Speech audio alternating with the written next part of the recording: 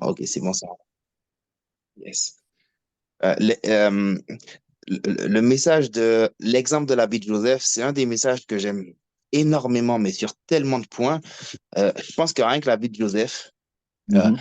à l'instar de la vie du Seigneur Jésus, mériterait des millions de prédications.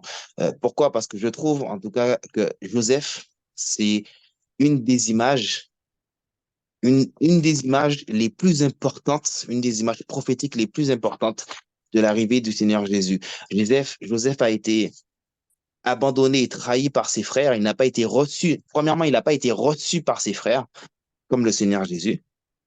Il est venu parmi les siens, mais les siens ne l'ont pas reconnu. Joseph a été trahi par ses frères, les mêmes personnes que le Seigneur, pour qui le Seigneur avait accompli des miracles, des guérisons, des choses extraordinaires venant du royaume de Dieu. C'est les mêmes personnes, les mêmes familles qui ont dit crucifiez-le à la place du criminel.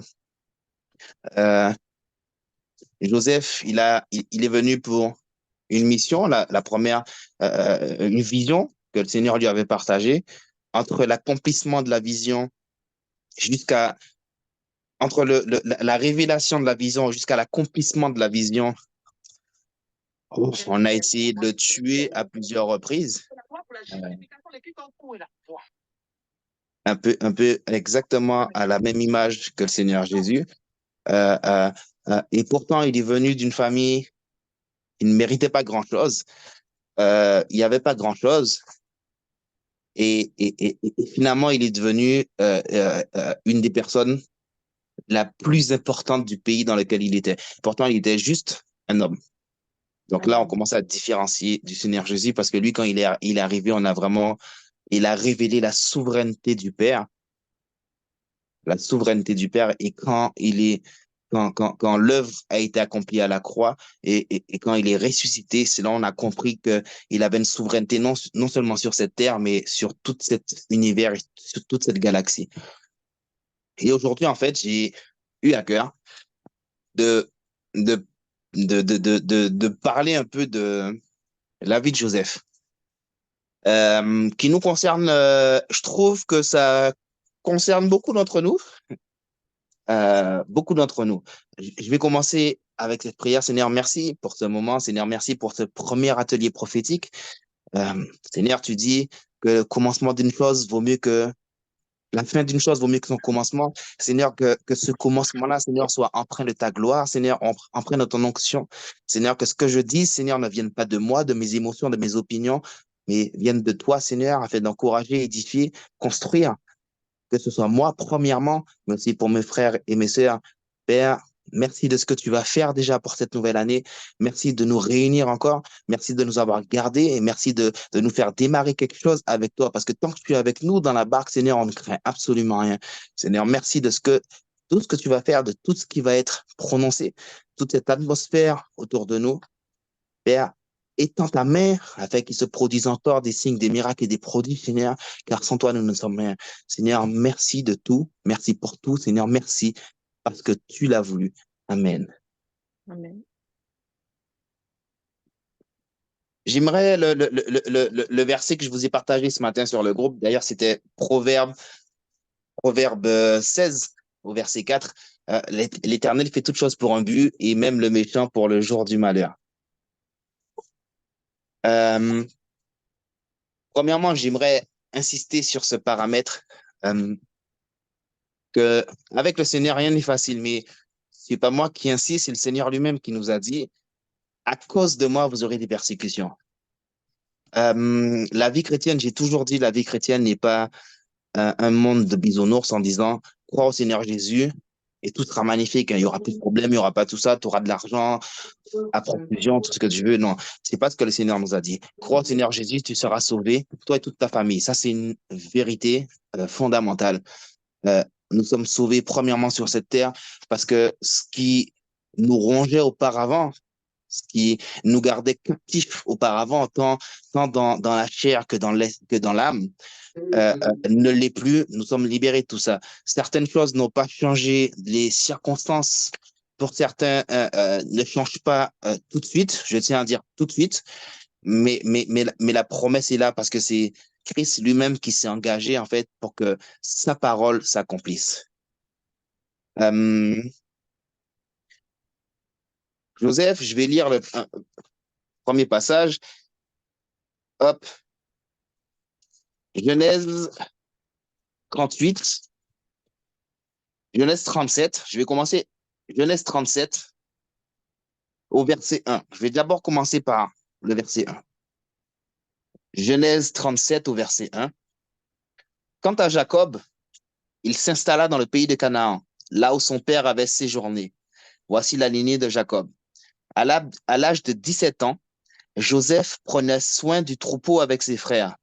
Premier détail que je vais vous demander quand même de garder en tête, à l'âge de 17 ans, Joseph prenait soin du troupeau avec ses frères.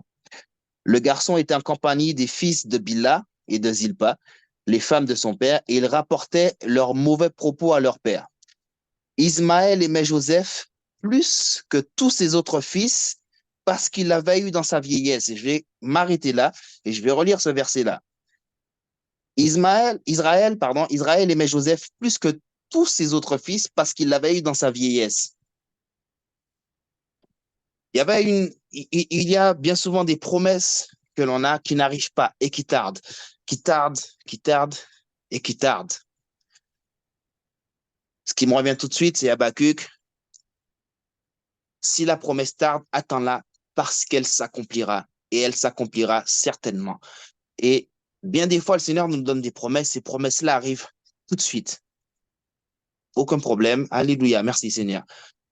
Quelquefois, il nous donne des promesses, mais ces promesses-là n'arrivent pas tout de suite. Mais elles s'accompliront certainement.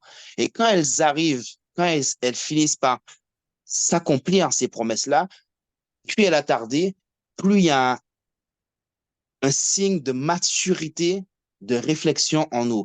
Marie, quand l'ange est venu lui annoncer qu'elle porterait le sauveur du monde dans son ventre, la Bible nous dit que Marie gardait chacune des paroles de l'ange, chacune d'elles, elle n'oubliait aucune de ces paroles-là. Elle gardait toutes ces paroles-là et elle ne les a pas partagées. La Bible ne nous parle pas qu'elle les a partagées à quiconque. Et d'ailleurs, même avec la personne avec laquelle elle était la plus proche, Joseph, parce que Joseph même ne croyait même pas à ce que l'ange avait dit à Marie. Mais elle gardait ces paroles-là, enfouies en elle. Et Israël aimait Joseph plus que tous ses autres fils parce qu'il l'avait eu dans sa vieillesse. Et il lui fit un habit de plusieurs couleurs. On parle souvent de la tunique de Joseph. Ce qui marque énormément déjà, premièrement, dans ce passage-là, la tunique dont on parle dans la coutume juive, la tunique de plusieurs couleurs était comme, c'est comme le droit d'aînesse. C'est-à-dire que cette tunique-là est réservée à l'aîné, au plus grand des enfants, au plus grand des fils, à l'aîné. Joseph était loin d'être l'aîné, mais il était le fils de la promesse que Dieu avait faite. Et cette tunique-là, il la portait à tel point que ses frères, en fait, quand on lit la Bible, en fait, on se dit, oh, ses frères le jalousaient parce qu'effectivement, il a eu des songes, que son père l'aimait. On peut imaginer, hein, on peut imaginer un père qui favorise un enfant parmi tous les autres. Ça se voit, ça se ressent, c'est très tangible. Je suis l'aîné de trois enfants. J'ai une petite sœur et un petit frère. Mais ma mère, elle a eu 11 frères et sœurs, mais ça se ressent. Elle en parle souvent de le favoritisme qu'un père ou une mère peut avoir avec ses enfants. Donc, on peut imaginer ça, en fait, par rapport à Joseph. Mais la différence, c'est que Joseph, on lui avait dit, c'est toi de toutes les façons qui est l'aîné. Je ne sais pas comment on pourrait donner l'image de cette tunique, parce que ça a vraiment une valeur très importante dans la culture juive d'à l'époque, mais si on devait parler dans l'époque contemporaine, c'est comme si, je ne sais pas comment l'expliquer, c'est comme si le père a toute une fortune et il a une grande entreprise et il prend des papiers et il dit, ben, je signe devant tout le monde, devant les autres frères et sœurs, que c'est toi l'héritier quand tu seras grand ou bien quand je décéderai. Je pense que c'est exactement le choc que les frères ont reçu de Joseph, de leurs parents, mais vis-à-vis de Joseph. La Bible nous dit que ses frères remarquaient que leur père aimait Joseph plus qu'eux et ils se mirent à le détester. Ils étaient incapables de lui parler sans agressivité. Je donnerai déjà un premier avis là-dessus. On parle du père de Joseph, mais je nous parlerai à nous de notre Père céleste. Notre Père céleste qui nous aime et qui nous a privilégiés. La Bible dit que le Seigneur ne fait pas de favoritisme, mais à ceux qui ont accepté, à ceux qui ont reçu l'appel et qui ont accepté cet appel-là, à ceux qui ont cru en son nom, il leur a donné le pouvoir de devenir enfants de Dieu. Et c'est le même Père qui a dit, je t'ai appelé par ton nom et tu m'as répondu. La Bible dit dans Psaume, je t'ai appelé par ton nom, je t'avais équipé depuis le début avant même que tu me connaissais, mais tu m'as répondu. La différence avec ceux particulièrement qui ne connaissent pas le Seigneur ou qui ne connaissent pas encore le Seigneur, c'est que c'est le même Père qui appelle. Et la réaction qui vient de nous a été différente. Et qui fait que le Seigneur dit, j'ai une attention pour toi particulière. Je dis toujours, et ça c'est ma phrase préférée, ma femme pourra vous le dire, je dis tout le temps, moi je suis le chouchou de mon papa. J'ai pas connu ce lien-là avec mon père terrestre, naturel, mais je dis tout le temps, moi mon père céleste, je suis son chouchou. Je suis même son enfant gâté. Je le dis tout le temps. Euh, euh, je suis son préféré. Alors, je vais vous donner une bonne nouvelle avec le Seigneur, avec le Père. Il y a une extraordinaire puissance, c'est qu'on peut tous être ses enfants préférés en même temps, avec notre Père. Parce que c'est lui qui l'a voulu, il est puissant. Il est tellement puissant qu'il peut avoir que des enfants préférés. Plus on se le dit, et plus on comprend aussi son amour. Je tiens à le dire parce que de dire des choses différencie de penser des choses. Savoir des choses et connaître ces choses sont complètement différentes. Savoir que Dieu aime les gens, ben, même ceux qui ne sont pas chrétiens, savent que Dieu aime. Mais connaître l'amour de notre Père, c'est une chose qui est réservée qu'aux enfants de Dieu, qu'aux élites de Dieu, je le dirais comme ça. Et donc, je dis tout le temps, moi, je suis le fils préféré de mon Père. Et nous sommes tous ses filles et fils préférés. Et comme Christ nous a aimés, ça se, même ceux qui ne pourront pas donner d'explications tangibles à cause de l'amour de Christ, qui ne pourront pas expliquer pourquoi je sais pas ma sœur, je sais pas pourquoi mon frère. Il y a quelque chose de différent avec toi. Quand on parle, quand je te vois, quand je vois ton comportement, quand je vois comment tu agis, il y a quelque chose qui est différent avec toi. Mais je ne pourrais pas l'expliquer. Je ne sais pas. Mais nous savons que c'est parce que c'est Christ qui est en nous, Christ qui habite en nous. Ce n'est plus nous qui vivons, c'est Christ qui vit en nous, par nous et pour lui. Et donc, nous sommes devenus ses préférés. La Bible nous dit, Christ, il a dit à ses disciples, quand le monde va vous détester, c'est pas si le monde vous déteste, mais quand le monde va vous détester, le monde vous détestera parce que vous n'appartenez pas au monde. Vous n'êtes pas du monde. Vous êtes dans ce monde, mais pas du monde. C'est exactement ce qui s'est passé. L'image que le Seigneur a voulu nous donner à travers Genèse. Ses frères remarquaient que leur père aimait Joseph plus qu'eux. Bien des fois, les gens vous aiment pas, non pas parce que c'est vous, non pas c'est votre caractère, non pas c'est votre nom, non pas c'est votre rang social, non pas c'est votre lieu de provenance. Les gens vous aiment pas parce qu'il y a Christ en vous. Ce qui est en vous dérange des fois ce qui est en eux. Et même tout le temps, souvent même. Si on vous aime pas, c'est pas à cause de vous, bien souvent. Je tiens toujours à dire que la Bible nous dit aussi que Christ grandissait en sagesse devant Dieu et devant les hommes. Je ne dirais pas que quelqu'un qui est tout le temps énervé, qui est désagréable avec les gens, forcément, si on t'aime pas, c'est pas le Seigneur, c'est ton caractère aussi. Il y a quelque chose aussi qui est important à comprendre. Quelqu'un qui agit dans la douceur, dans l'amour, mais on t'aime quand même pas, c'est pas à cause de ton caractère, c'est à cause de Christ qui est en toi, qui dérange ce qui est en eux. Joseph fit un rêve et il leur raconta, verset 5. Et il leur raconta à ses frères qui le détestèrent encore plus. La Bible nous dit que ses frères étaient incapables de lui parler sans agressivité. Et verset 5, il fit un rêve, Joseph, et il raconta à ses frères qui le détestèrent encore plus.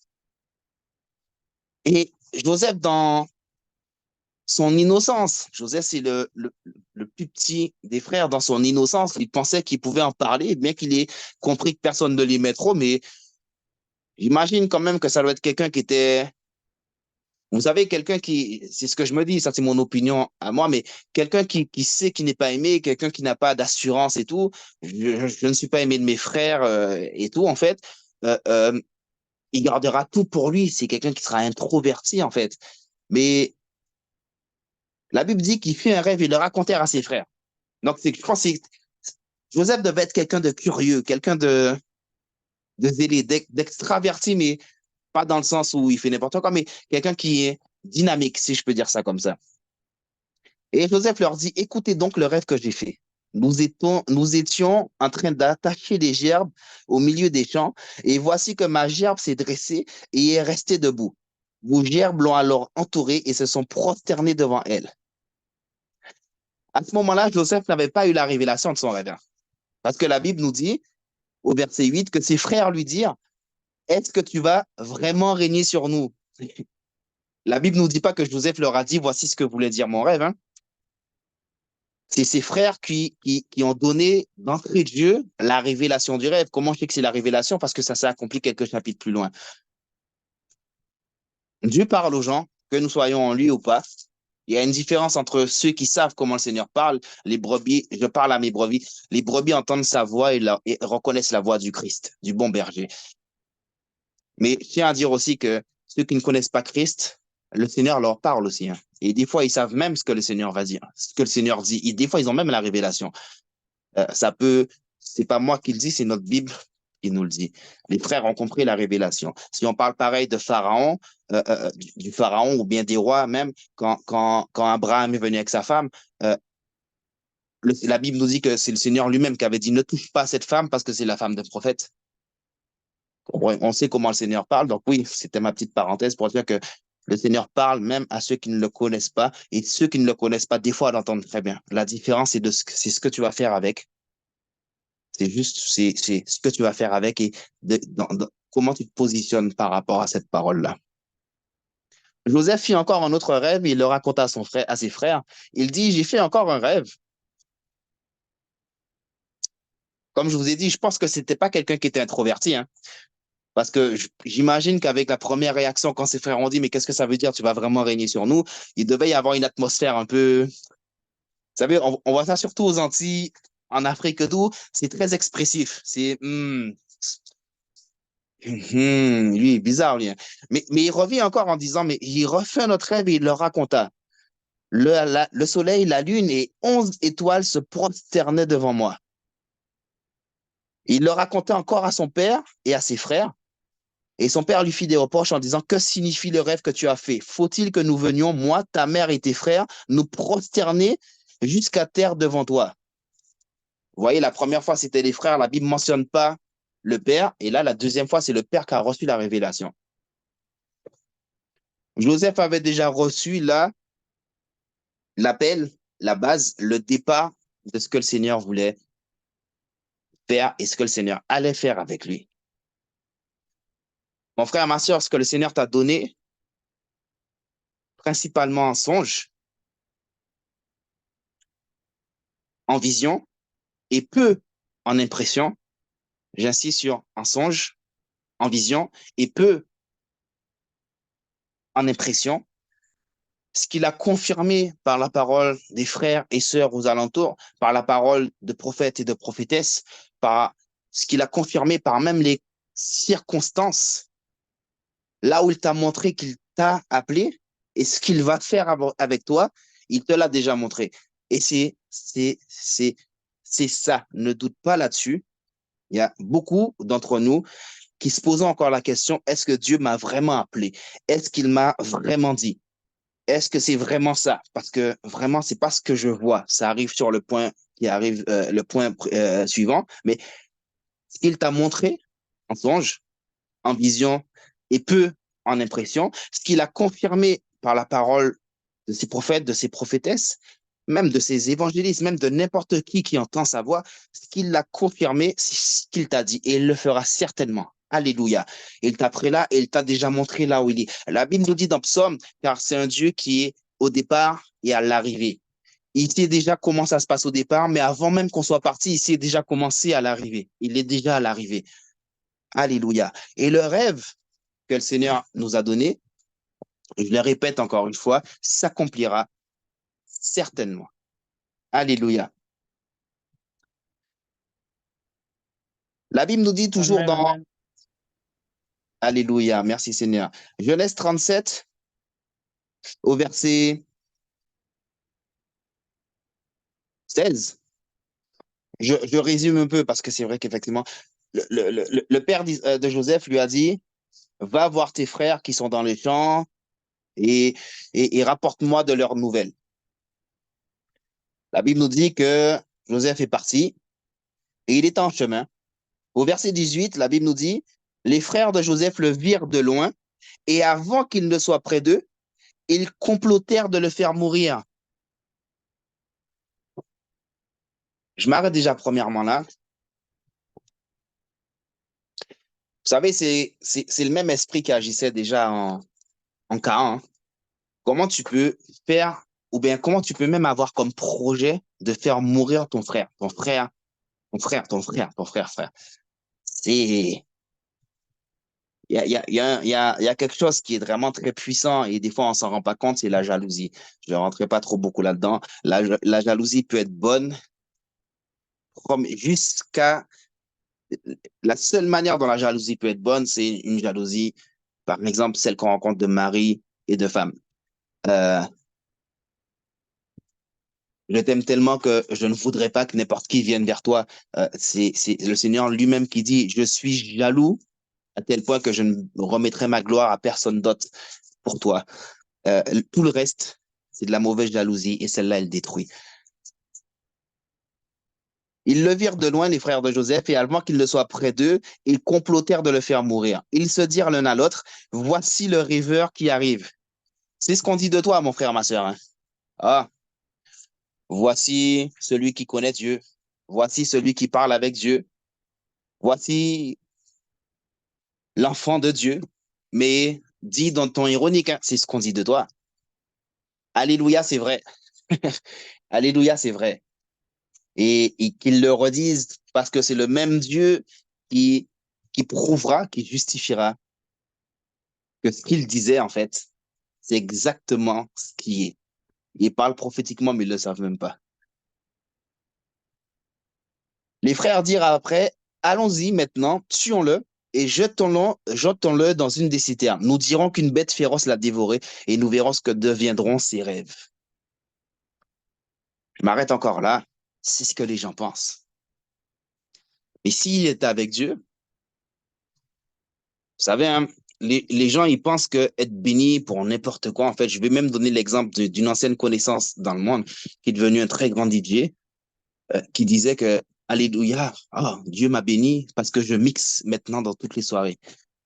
Est-ce que tu penses qu'une bénédiction où tu vas jouer des chansons mondaines et ce qu'il mixe, c'est des chansons pas que mondaines, c'est des chansons très euh, perverses, si je peux dire ça, hein, très perverses. Est-ce que tu penses que celui qui bénit, celui qui est saint, trois fois saint, va te bénir pour aller jouer des sons très pervers à travers le monde? Impossible. Et donc, les gens pensent que dès qu'il arrive quelque chose de bien, à leur, à leur manière, hein, dès qu'il arrive quelque chose de bien à leur manière, ça vient forcément de Dieu. Oh, j'ai changé de travail, je touche beaucoup mieux. Oh, je touche 2 fois plus qu'avant. Mais ce même travail-là, tu ne vois plus ta famille, tu n'es plus avec ta femme, tu n'es plus avec tes enfants. Tes enfants se perdent. Est-ce que tu penses que c'est une bénédiction de Dieu? Non, pas du tout. Ah, alléluia, j'ai construit une grosse piscine magnifique. Mais cette même piscine-là, en fait, a fait en sorte que tu te mets dans des problèmes, que pour cette même piscine-là, en fait, tu as été compromis à faire des choses illégales pour avoir des petits fonds. Non, la bénédiction que les gens pensent n'est pas celle qu'on arrive avec Dieu. Et bien des fois, nous sommes bénis, mais il y a des problèmes, comment dire, des difficultés qui arrivent. Pour les gens, ça veut dire, tu vois, hein, ce rêveur-là, là, cette rêveuse-là, soi-disant, elle était avec Dieu. Mais si vraiment elle était avec Dieu, mais pourquoi il n'y a pas d'argent? Pourquoi elle est un petit peu en galère dans l'argent? Pourquoi elle n'est pas mariée? Pourquoi il y a un problème avec sa famille? C'est ce que les gens disent. Et c'est ce qu'ils diront. Mais c'est pas ce que le Seigneur a dit. Le Seigneur a dit, de toutes les façons, vous êtes déjà bénis de toutes sortes de bénédictions spirituelles dans les lieux célestes. Pierre qui nous le dit. Vous êtes bénis de toute bénédiction dans les lieux célestes. C'est ce qui est, et c'est notre état actuel. Quel que soit ce qui arrivera, Romains 8 dit, toute chose concourt au bien de ceux qui aiment Dieu et qui sont appelés selon son plan, selon son projet. Jérémie nous dit, je connais les projets que j'ai formés sur toi, projets de paix et non de malheur, afin que tu aies de l'avenir et de l'espérance. Voici les promesses de notre papa, notre papa. Et c'est pourquoi les gens, notre papa, quand ils parlent de ça comme nous, même s'ils ne connaissent pas ce que notre papa a dit, ils ont des problèmes avec ça et ils ne nous aiment pas. Le Seigneur nous avait déjà dit aussi en disant, ils ne vous aimeront pas et vous feront toutes sortes de guerres à cause de moi, bien qu'ils ne me connaissent pas. Je raccourcis un peu. On arrive chapitre 37 au verset 29 et on parle d'un certain Ruben. Ruben, le frère aîné, c'est le même Ruben qui a dit ne le tuons pas, Joseph. Que, leur but, comme on disait tout à l'heure, c'est de faire mourir Joseph, faire croire qu'un animal, le sang qu'un animal avait mangé Joseph, et aller dire au père que ben c'est pas nous, c'est un animal. Mais il y a un Ruben, le grand frère de Joseph, qui dit ne le tuons pas,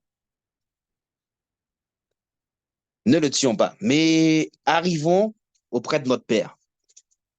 Et il dit après, voici ce que nous avons trouvé, reconnais donc si c'est l'habit de ton fils ou non.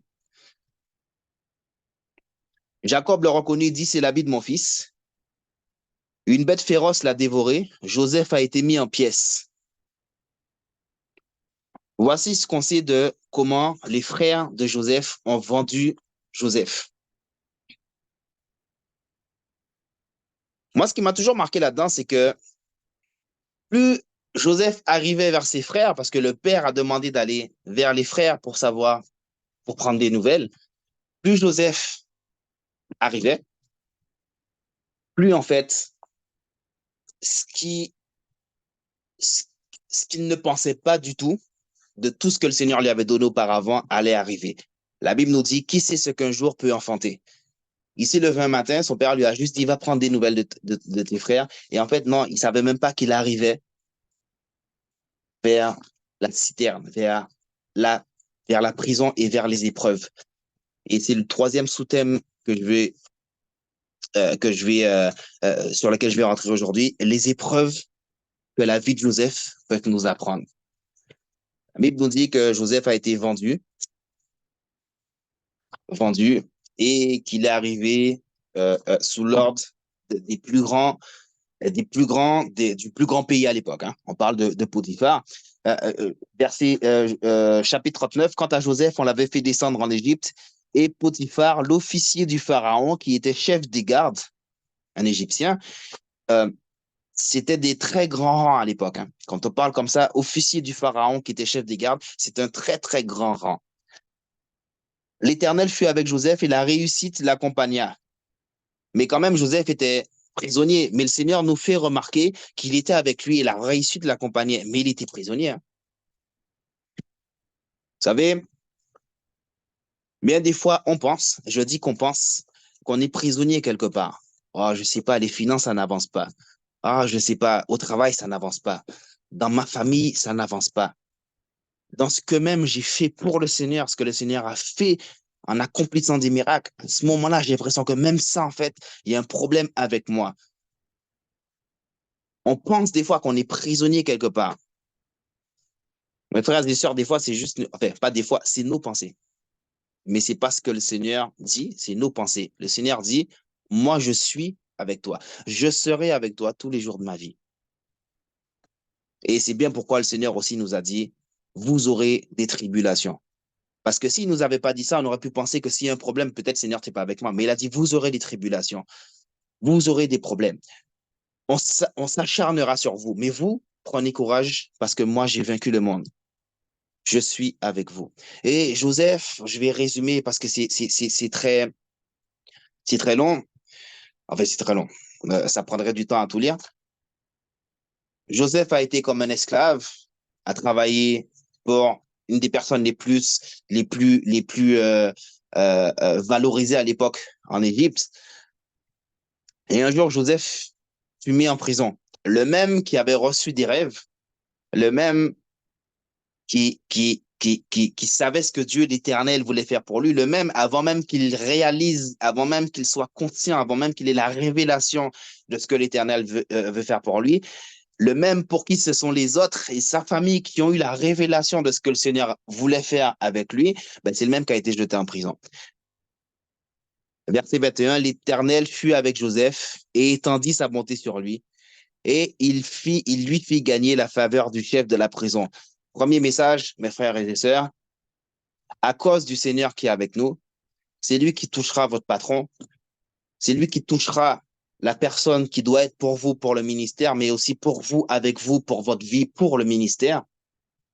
C'est la même personne, en fait, qui enverra ses anges devant vous pour ouvrir le chemin. Et c'est le même éternel, le je suis qui est là, devant, derrière, autour de nous et qui protège sa parole et qui veille à ce que sa parole s'accomplisse. Parce que je t'ai donné un rêve. Après cela, le responsable des boissons et le boulanger du roi d'Égypte commirent une faute et ils furent mis en prison. J'extrapole encore. Joseph fut enfermé également avec eux. Celui qui, je relis, le responsable des boissons et le boulanger. On a déjà une image aussi, hein, là. Le moment où on se rappelle de l'œuvre du Seigneur jusqu'à ce qu'il revienne, c'est le moment de la Sainte Seine, le pain et le vin. On parle d'un échanson, celui qui goûtait le vin, les boissons du roi, et on parle de boulanger. Ils furent mis en prison ensemble. Ils furent un rêve. Je ne rentrerai pas spécialement là-dessus parce que je sais que je vais prendre du temps là-dessus, mais ils furent un rêve et Joseph leur donna la signification du rêve. Et comme il leur donna la signification, parce que la révélation, c'est d'ailleurs Joseph qui nous a appris que quand on a un songe, la révélation ne vient que de Dieu. Et si le Seigneur donne une révélation, c'est que cette parole s'accomplira. Et elle s'accomplira certainement. Je répète encore. Et il dit, n'oublie pas, par contre, quand ça s'accomplira, parle de moi au Pharaon et dis que j'étais avec toi en prison. Dis que j'étais avec toi et que c'est moi. La Bible nous dit que la parole a été accomplie, mais que les chansons sont sorties et qu'il n'a pas du tout parlé. Il a même oublié que Joseph, il était en prison avec lui. Donc, il est arrivé auprès du Pharaon, il a fait un petit peu, et il a fait sa vie. Mais parallèlement, il y avait aussi ce boulanger, aussi, il y a une parole du Seigneur, comme j'ai dit, je ne rentrerai pas spécialement là-dedans, mais, là-dedans, mais Joseph resta 2 ans de plus encore, 2 ans de plus dans cette même prison. Euh, on parle de vraie prison, hein.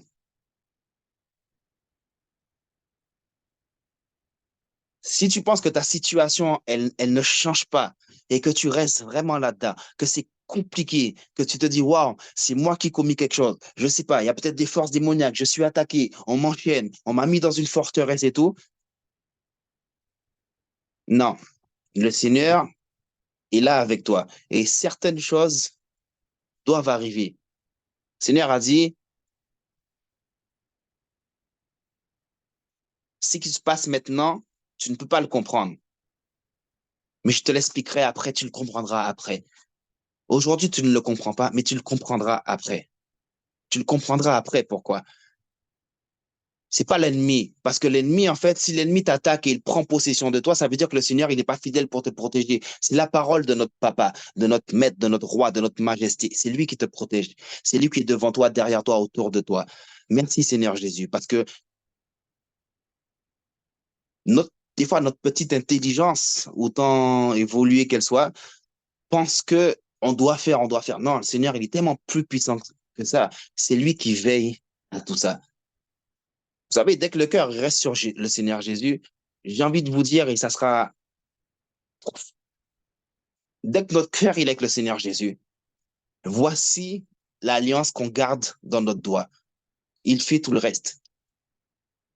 J'ai déjà entendu tellement de personnes, oui, mais tu dois continuer à prier pour ta protection avant de partir de chez toi, prie, je sais pas quoi.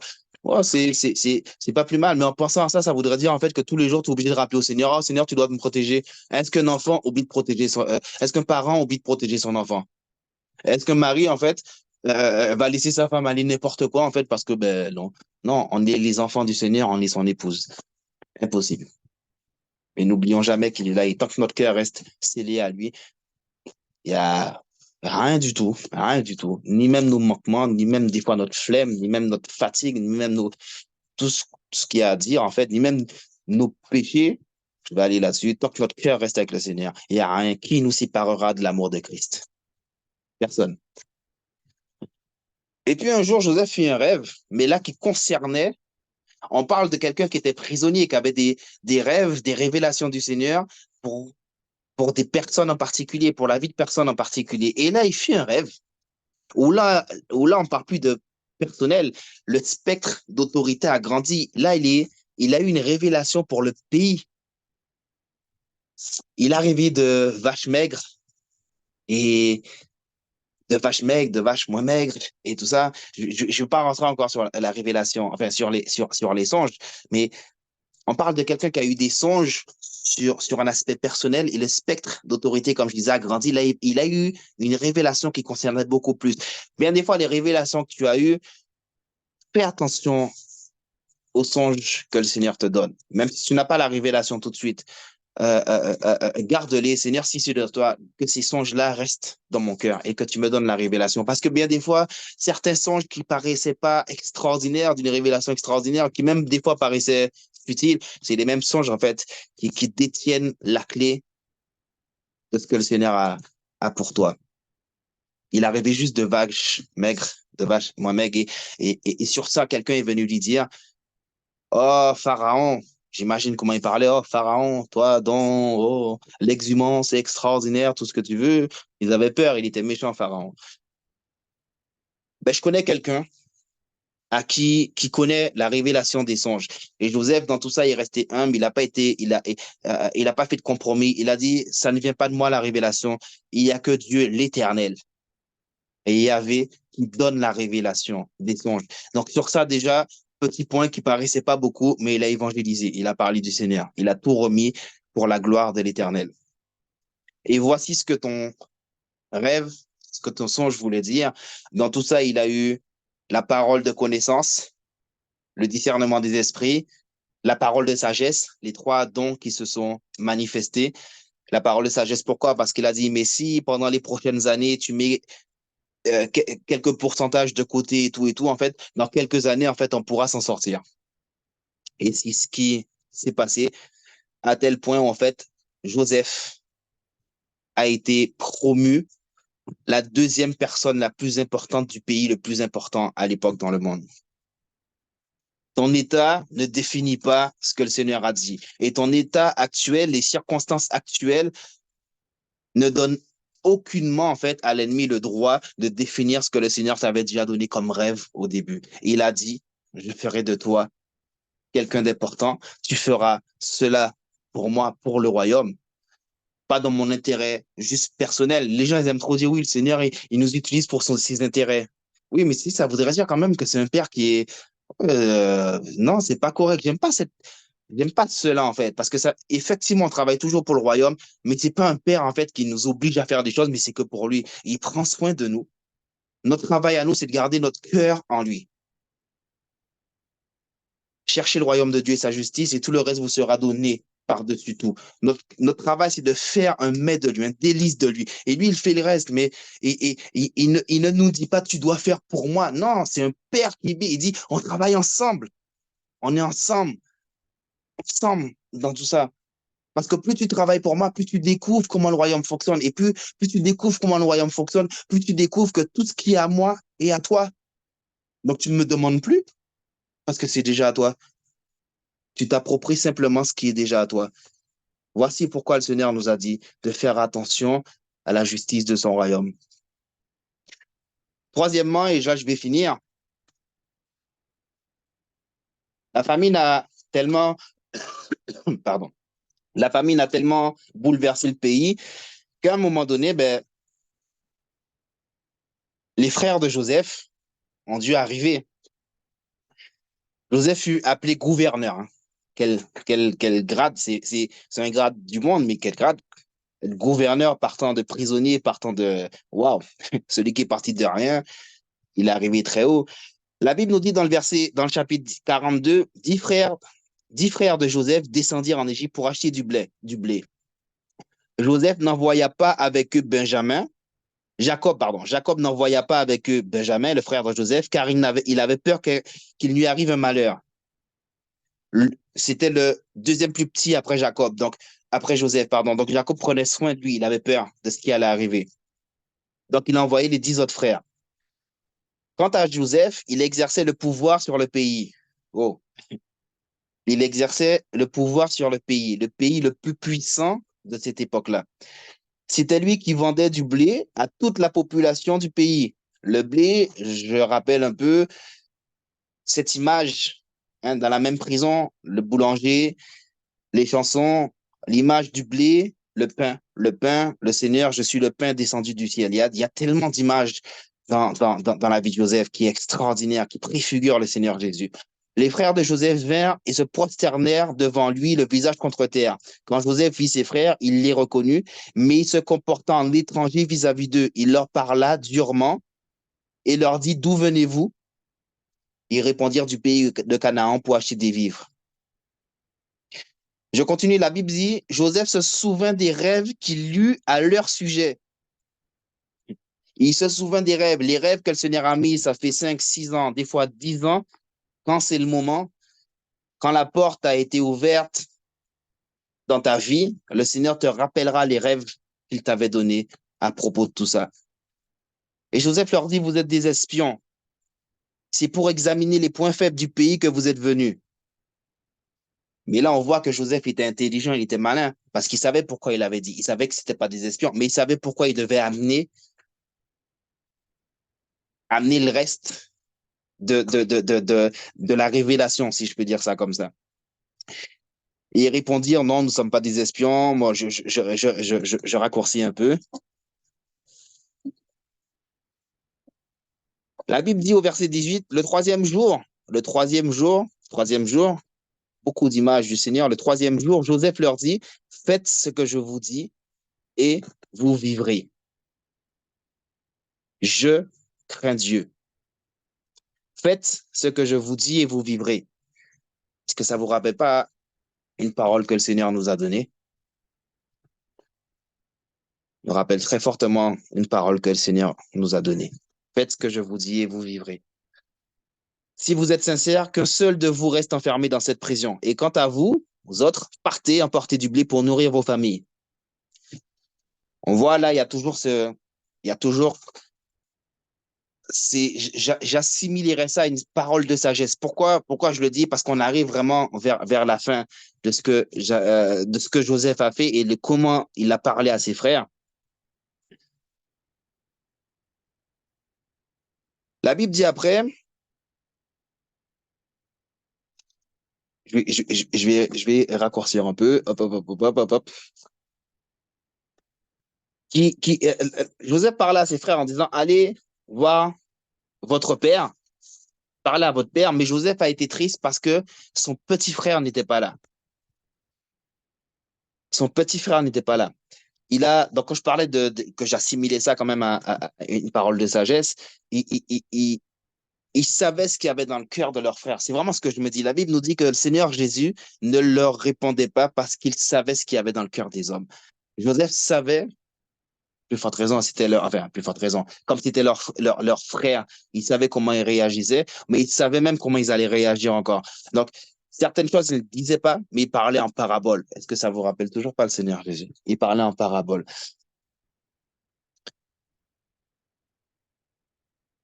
Joseph termina, je vais vraiment raccourcir parce que ça donne tellement de choses à vouloir dire. Je raccourcis et je dirais en fait un petit peu de tête ce que j'ai sur le cœur.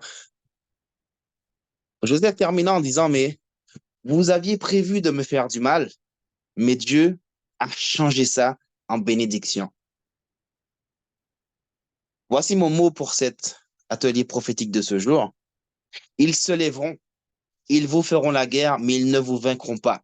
Tous ceux-mêmes qui se lèvent pour vous faire du mal, tous ceux-mêmes qui vous calomnient, tous ceux-mêmes qui vont rendre la vie difficile au travail, dans la famille, dans les relations familiales, amoureuses, maritales, ils se lèveront, ils vous feront la guerre, mais ils ne vous vaincront pas. Vous aviez comme projet de me faire du mal, mais Dieu l'a changé en bénédiction. Mais Dieu l'a changé en bénédiction. Dieu l'a changé en bénédiction parce que notre Père veille sur nous. Notre Père sait d'où il est venu nous chercher. Il sait qu'avant même qu'on le connaissait, il nous avait déjà équipés pour la guerre. Il nous avait déjà montré ce qu'il allait faire avec nous. Il nous a donné à beaucoup d'entre nous beaucoup d'échantillons pour que nous comprenions en fait que c'est pas nous, mais c'est lui. Bien des fois, on se sent dans des sentiments de faiblesse, même de, même des fois humilié à un certain niveau, mais c'est juste pour qu'on n'oublie pas en fait que sans lui, on ne peut rien faire. Parce que l'orgueil est très facile à voir chez les autres, mais très difficile à voir en nous-mêmes. Et l'orgueil, c'est un des pièges les plus dangereux. Vous aviez prévu de me faire du mal, mais Dieu l'a changé en bénédiction. Celui qui est passé de rien, la Bible encore le confirme. Je prends ceux qui étaient dans le fumier pour les asseoir à la table des nobles. Voici ce que le Seigneur a fait. Voici l'image qu'il nous a donnée. Voici l'image, en fait, que le Seigneur veut qu'on sache. Tout n'est pas facile. On peut se sentir en prison. On peut se sentir même très persécuté.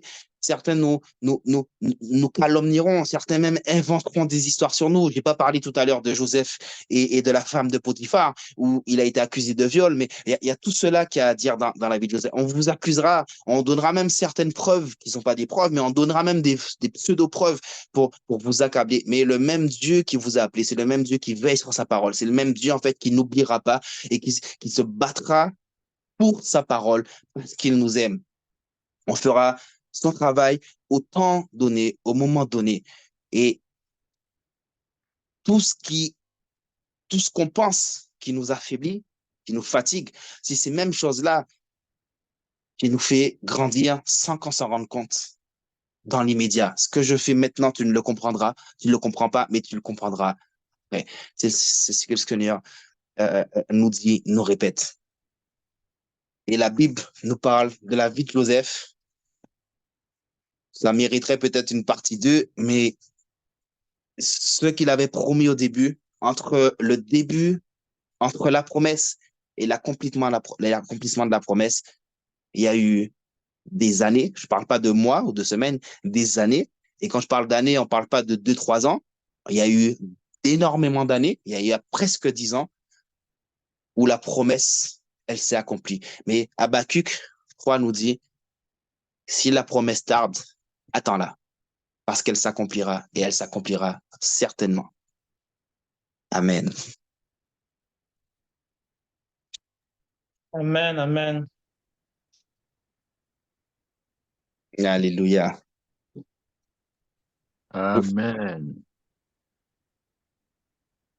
Faut que je mette mon portable à charger vite fait parce que je crois que j'ai plus de batterie. Mm.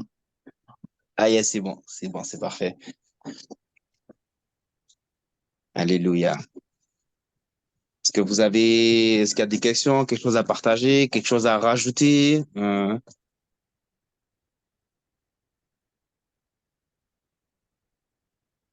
Non, non.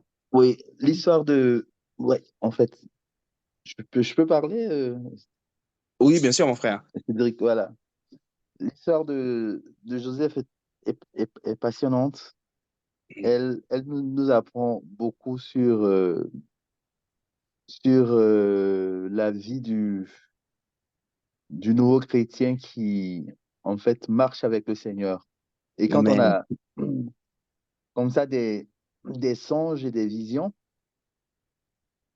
comme tu l'as si bien dit, il y a le fait d'avoir le songe, de le recevoir de la part du Seigneur, et il y a aussi l'interprétation qui, parfois, est souvent difficile. C'est vrai. Ouais. Et on dit souvent que quand on est initié, Le songe, le rêve n'est plus un rêve, c'est un message. Amen. Alors, parfois, on a souvent des songes et on se dit, mais qu'est-ce que ça veut dire? Pourquoi souvent c'est si compliqué? Pourquoi à la lettre